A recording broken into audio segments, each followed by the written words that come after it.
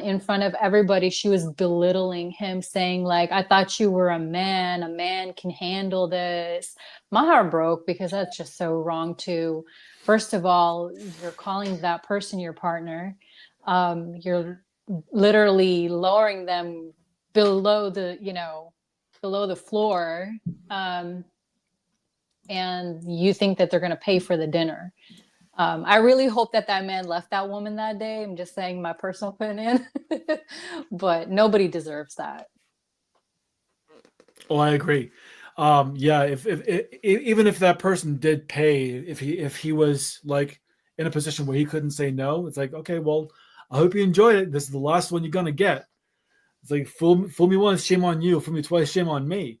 Kind of deal. Where if that kind of thing happens, it's like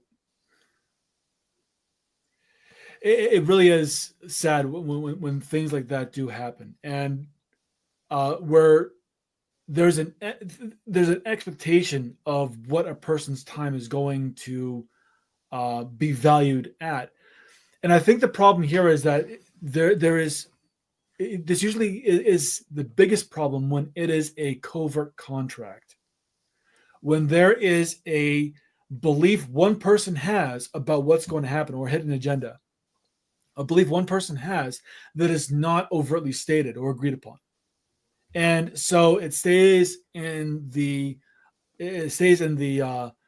periphery until it has to be addressed, and by that point, it it's too late. Some people feel like they can't really do anything about that.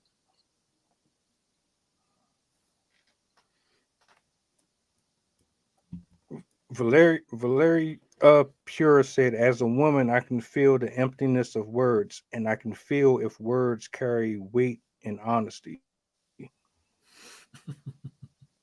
Then Can why are most women? people can most people feel and tell when the words are this versus that?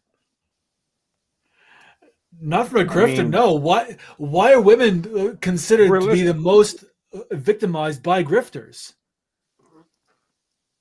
Women are emotional creatures, so it's easier to play into that, to play the part, get the weaknesses out. But for me, I would say, yeah, there are some people that are more um, in tune with their intuition, and they have that like high level of like urgency, like, the meter goes off, and that's what works for them. But that's not the case for everybody. Um, here's why grifters are so successful. Even if you can detect the weight of emotion, a grifter is going to know how to weigh that emotion in favor of you wanting to pay attention to them, and that's the biggest part. Hey, what's up, Greg?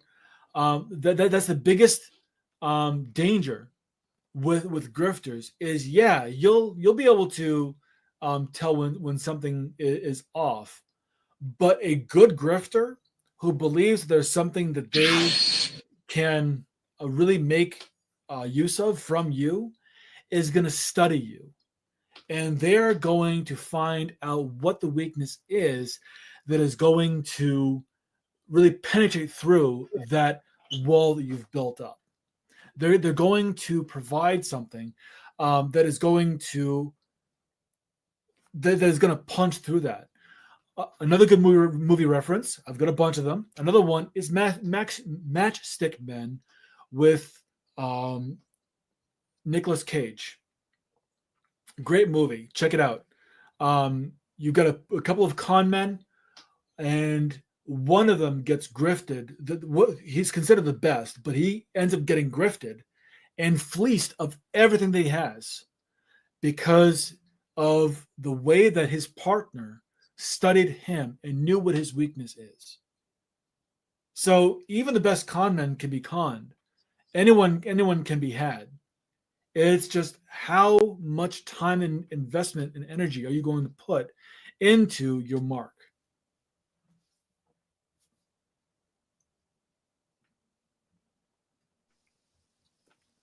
I agree with what Sydney just said. Sasha, first 3 months. Oh, did she? Go. No, go ahead. Go ahead. You got it. No, that a good grifter will help lead you through your own denial and nervousness to the conclusion they want you to end it. They play you into their own hands. 100% true.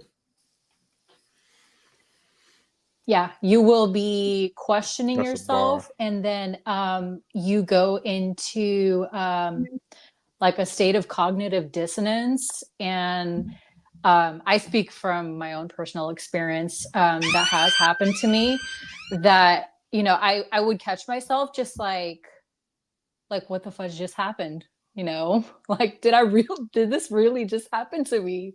And you'll go through the cycle of grieving.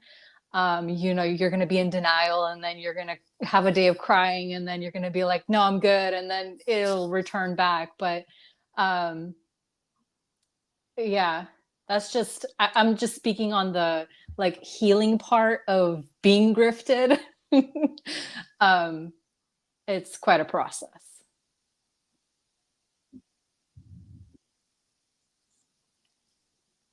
I think the ultimate. I think the ultimate lesson here, and this is just what I took from it. Make sure you know yourself. I think that's generally what this usually comes down to when we have these discussions. A lot of the times, know yourself. Really know yourself. Not the way that the world wants you to know yourself, but know yourself the way that God wants you to know yourself. That way, the likelihood of you ending up in this type of situation diminishes dramatically. You might get tried, but if you are constantly working on yourself mentally and spiritually and emotionally, you give yourself a fair shot at keeping these type of people out of your life. Now, what do you say to someone who has been a victim of it for a number of years and they're trying to recover? What do you say to them? Uh, Forgive yourself. I would say forgive yourself. Um, we There's a lot of us who have been a part of this. I've been a part of this. I've fallen prey to it on a number of occasions, and you know what happens? I always have to go back to the drawing board and ask myself, what happened? How did I get here? Why do I keep allowing myself to get here? What is it that I'm missing that keeps this cycle happening over and over and over again? And once you do the work and you start, don't avoid it, face it straight up, own up to your part, own up to what's happening.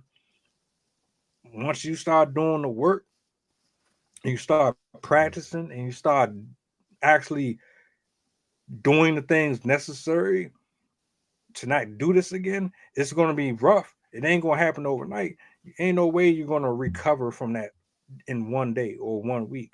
And then you have to constantly be in a space where you are reading, you are praying, you are in you're in a space with people who are healthy, and put yourself around folks who know what's going on, that have the experience.